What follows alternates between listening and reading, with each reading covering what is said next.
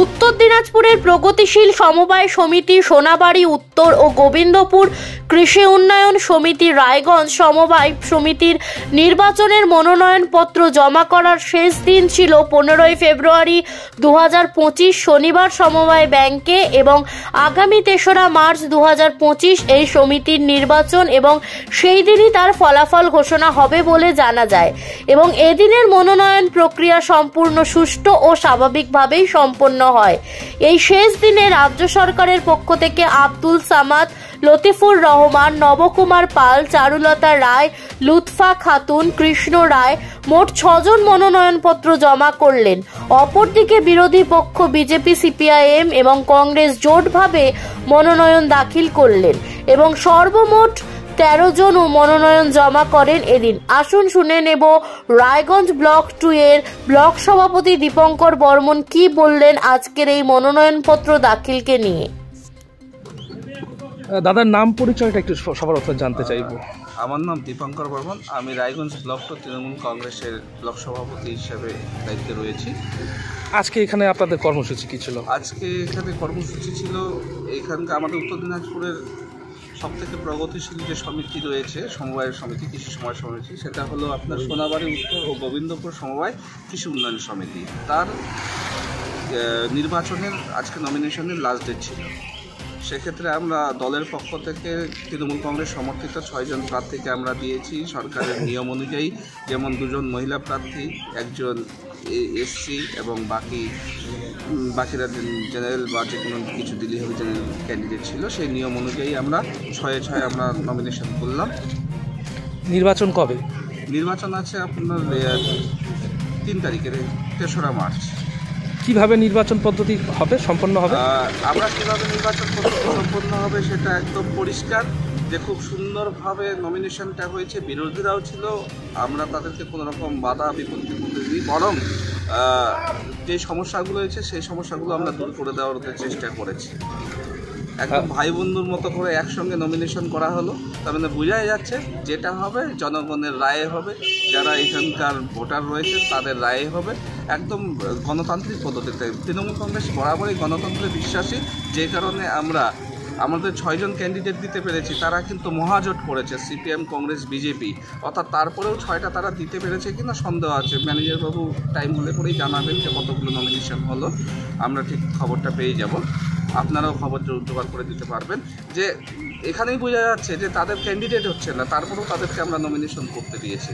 আমরা চাইছি জনগণ দেখুক যে গণতান্ত্রিক পদ্ধতিতে আমরা জিতে আসবো এবং মমতা ব্যানার্জি সহ আমাদের যে মন্ত্রী সত্যজিৎ বর্মন রয়েছে তাদের নাম আমরা সুনামের জায়গায় পৌঁছে দেবো।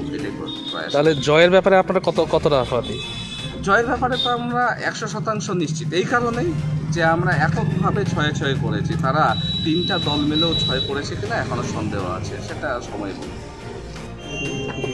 কি নাম আপনার? আমার নাম হচ্ছে লতিফুর রহমান। আপনি কি ক্যান্ডিডেট হিসেবে নির্বাচিত হয়েছেন? না, নির্বাচিত হয়নি, আজকে সাবমিট মানে করলাম। হ্যাঁ, নমিনেশন করলেন তো? আচ্ছা, কি মনে হচ্ছে আপনার?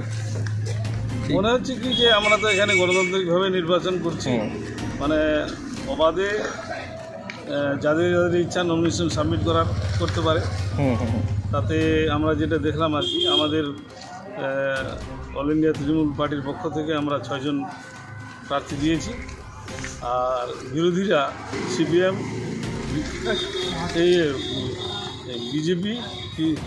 বিজেপি, কংগ্রেস এবং সিপিএম মিলিত মহাজোট করেছে। আচ্ছা, আপনি নিজে জয়ের ব্যাপারে কতটা আশাবাদী? জয়ের ব্যাপারে তো আমরা 100%।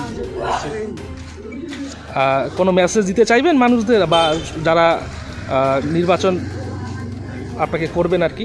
হ্যাঁ, নির্বাচিত করবেন। আমরা তো এই এলাকার মানে বিশেষ করে সোনাবাড়ি, গোবিন্দপুর, খলসি, উত্তর মামা, দক্ষিণ মামা এবং ধুরইলি সমস্ত এই সমবায় সমিতির যে আমাদের যে সদস্য আছে এবং সদস্য আছে তাদেরকে আমরা মেসেজ দিচ্ছি, যাতে আমাদের বিশেষ করে মামাটি মানুষ সরকারের যে উন্নয়নের ধারা এবং কি সমবায় সমিতির মাধ্যম দিয়ে যেটা উন্নয়নের ধারা, সেই ধারাটাকে অব্যাহত রাখতে আমাদের বিশেষ করে মামাটি মানুষ সরকারের যে আমাদের সমর্থিত প্রার্থী আমরা 6 জন হয়েছি।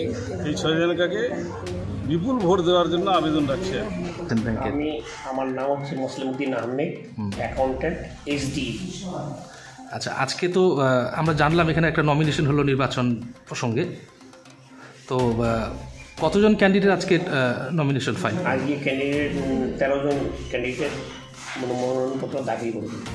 আচ্ছা, কোন কোন রাজনৈতিক দল থেকে করেছে? এখান থেকে তো এই ধরনের রাজনৈতিক বলা যাবে না, এখানে তো মেম্বার এরা ইন্ডিভিজুয়াল করছে, রাজনৈতিক হিসেবে এখানে ওই মনোনয়নপত্র দাখিল হয় না। আচ্ছা আচ্ছা, নির্বাচন পদ্ধতি কি আছে?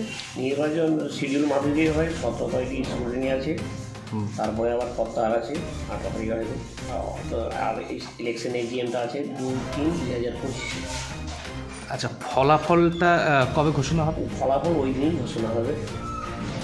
আচ্ছা, ওভারঅল আজকে কেমন হলো আজকে নমিনেশন? আজকে নমিনেশন শিডিউল হবে একদম 11টা থেকে 3টার মধ্যেই নমিনেশন দাখিল কমপ্লিট হয়ে গিয়ে সুষ্ঠুভাবে হয়েছে? সুষ্ঠুভাবে কোনো এখানে ঝামেলা হয়নি।